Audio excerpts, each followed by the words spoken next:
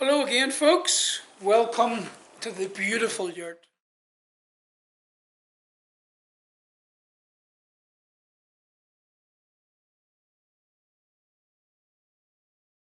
So, this week in Tai Chi video 7, as far as I think it is 7.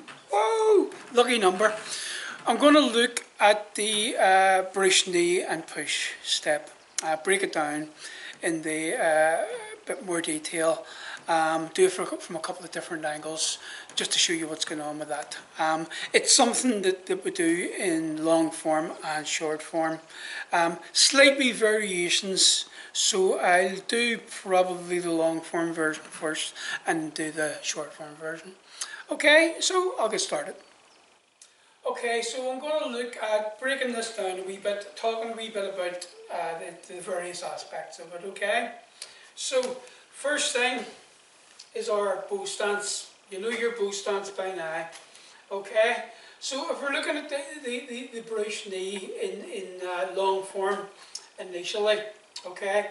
So there's our first brush knee push, okay? Now if you look at the structure of this, we're sunk down into the legs, 2/3 of the weight forward, right hand in the push position, fingertips about level with the shoulder, so the shoulder and the elbow are down. The other hand, just like this, in front of the hip. Okay? So, if we're looking at stages of the brush knee push, okay, as we sit back, imagine you're holding the ball. Okay, now I'll be doing this in various directions, okay? So here, when we come forward, the timing is by the time you're in your left leg, the left hand has risen. You'll see this better on the other side when I'm doing the right. And as the arm folds, I'm stepping through. And as I come forward, then the right hand is sweeping down, the left hand pushing out. So you're back in your bow stance again. I'm only going to do 3 steps here. Okay? So again, as I sit back, by the time I'm back, the hips have turned. I'm holding the ball. Left hand at the sternum, right hand down to the end, and as I come forward, that hand's raising up, okay, out to the side, and as it folds, I'm stepping through, and then coming forward into the final of the 3, okay. I'm only doing the 3 here. So, if we look at that then from a different position.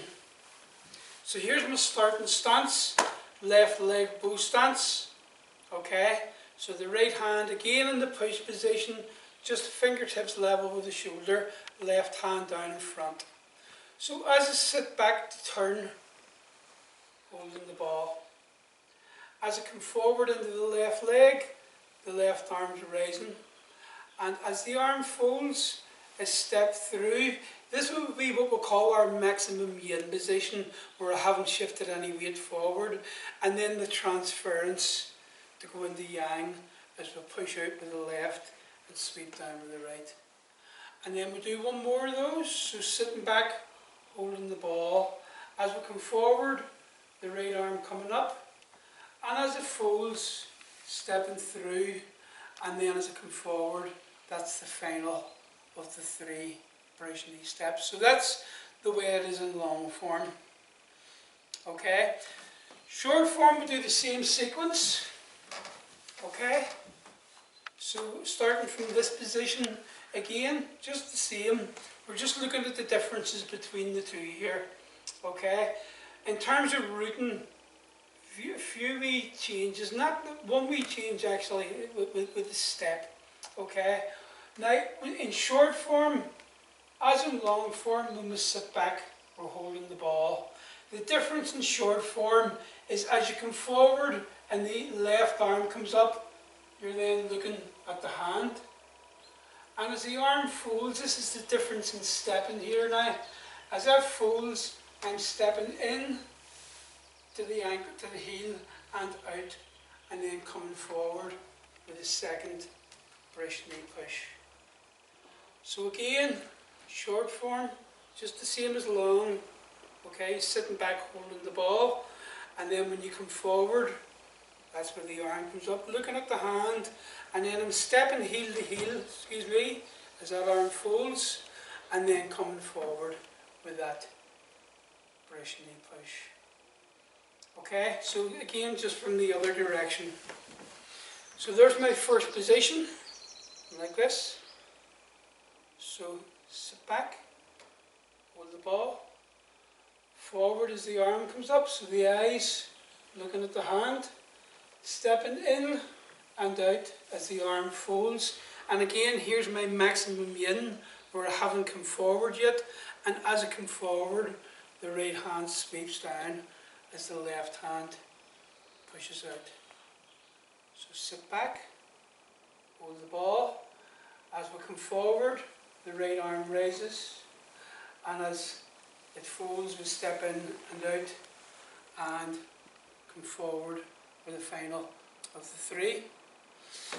So a couple of steps, a few steps of both again. Okay, now this time just looking at the stages. Okay, so I've talked about this in classes before. You know, for example, I'll just do this one facing you, so as I'm doing one. Okay, we all associate that as a posture, like a finished posture. Okay, but then, so is this, by the time I'm back holding the ball. You know, so again, in long form, coming forward. So is this. I'm sufficiently rooted in my left leg to step. Okay, and then as I step and this arm folds, again, here's another one, another posture, and then the final one is in the coming forward, sweeping down, pushing out. So again, if you're just looking at that from another direction then, okay, and we're looking at a series of moves, postures that we're connecting. Okay, so there's 1, 2, 3, and 4. Okay, so the same thing in short form, every move being a posture in itself. So, you know, the few wee differences in short form then. So there's 1. 2 is where the hand is coming up and we're looking at it. Continuing to look at it. 3 is as the arm folds, we step in and out. And 4 would be then coming forward. Okay, so we do that from the side just for short form.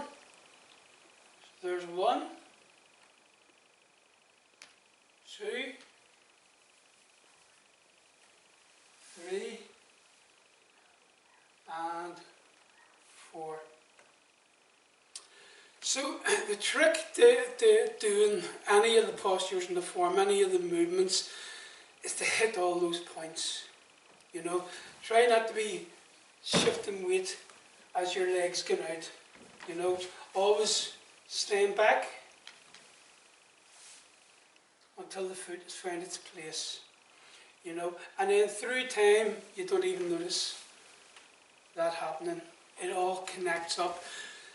But we want to get to those points in the first place. We want to feel what the form feels like at that point before transitioning into the next move. Okay? And it's, again, it's a lot of the emphasis I'm talking about here is in the root. So even if you wanted to isolate that wee stepping sequence and do it as an exercise, you know, in long form, you'd be sitting back, turning, getting your weight sufficiently, getting your centre over your left leg before then stepping forward and bringing the weight forward. And that in itself can be just a simple exercise, just stepping through. The only difference if you're doing that in short form, that exercise, is when you step up, you'll step heel to heel, and then out, and then again, just do another step. You'll step heel to heel, and out. Okay, so as I say, the trick is to try and hit all those points. I mean, there's 4 points that we're looking at just in the brush knee push sequence. And there can be, like, when you're trying to learn these, it's sometimes a good idea, even though we're looking for flow in Tai Chi, but just to do that brief wee pause, you know, at a certain point, just to do that brief wee pause, just to see what that feels like. Do the same again here. Do the same again here. And the same again then, just come forward to finish the posture off. So that's just a nice wee section, and it's sort of movement. It's the first part of the long form anyhow, where you're doing a series of steps. Short form, you'll have done stuff before that has you stepping forward. But it's a good idea just to get comfortable, mostly with what's happening in the legs. And then through time, you can start to refer to your 10 essences video about the connection, then the linking them together, the fluidity, the connection of the upper and lower body, everything moving together. So enjoy, and we'll see you hopefully in the not too distant future. I hope you're all well. I hope you're all doing your Tai Chi on a daily basis. It really will help you to get you through all this. So take care, folks, and all the best.